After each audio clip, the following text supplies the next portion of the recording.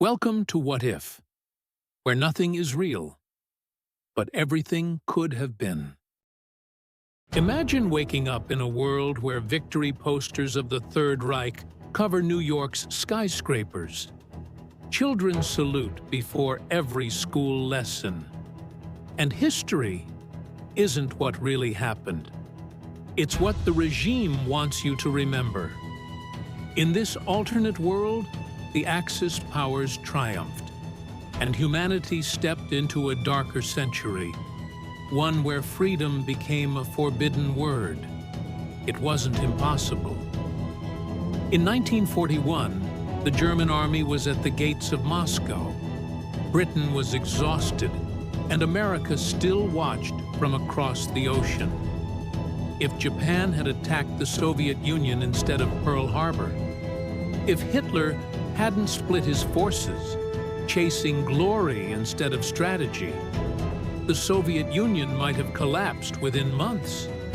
With Europe conquered, the Nazis would have turned their eyes west, across the Atlantic, while Japan tightened its grip over the Pacific. A new order rising, ruthless, efficient, unstoppable. By the 1950s, the map of the world looks unrecognizable. The Greater German Reich stretches from Spain to Siberia. London becomes New London. Paris, the jewel of occupied Europe, turned into a city of surveillance. In America, isolation fails. The East Coast falls under German protection, while the West Coast becomes a puppet state of Imperial Japan. Borders are closed, books are burned, history itself rewritten, the victors deciding what humanity is allowed to remember. Life is orderly, on the surface.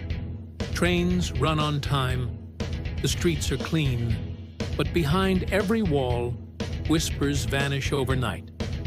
Citizens disappear for questioning the truth. Television plays endless propaganda. Children grow up believing the Führer brought peace to the world. Science advances rapidly. Rockets reach the moon in 1965. But every discovery belongs to the state. There are no artists, only designers of propaganda. No journalists, only voices of the regime. And humanity slowly forgets what freedom feels like. But in the shadows, not everyone obeys. Fragments of the old world survive. Writers hiding in underground tunnels, scientists passing secret codes through radio static, families whispering old songs forbidden by the regime. They call themselves the remnant. They don't fight with weapons, but with memory. Because as long as someone remembers what truth once was, the empire can never fully win. By the 1970s, cracks begin to form. The system built on fear starts turning on itself. One small rebellion sparks another. A scientist leaks evidence that the regime fabricated decades of history. Across the Reich, people begin to question. And then, one night, the propaganda towers go dark. For the first time in 40 years, the people see an unfiltered sky. No banners, no orders, only silence. The empire collapses, not from invasion, but from truth finally remembered.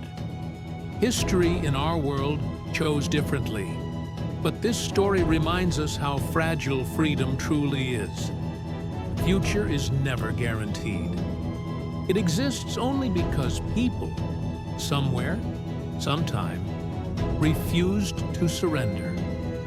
Maybe the real victory of World War II wasn't the fall of a dictator, but the survival of our conscience.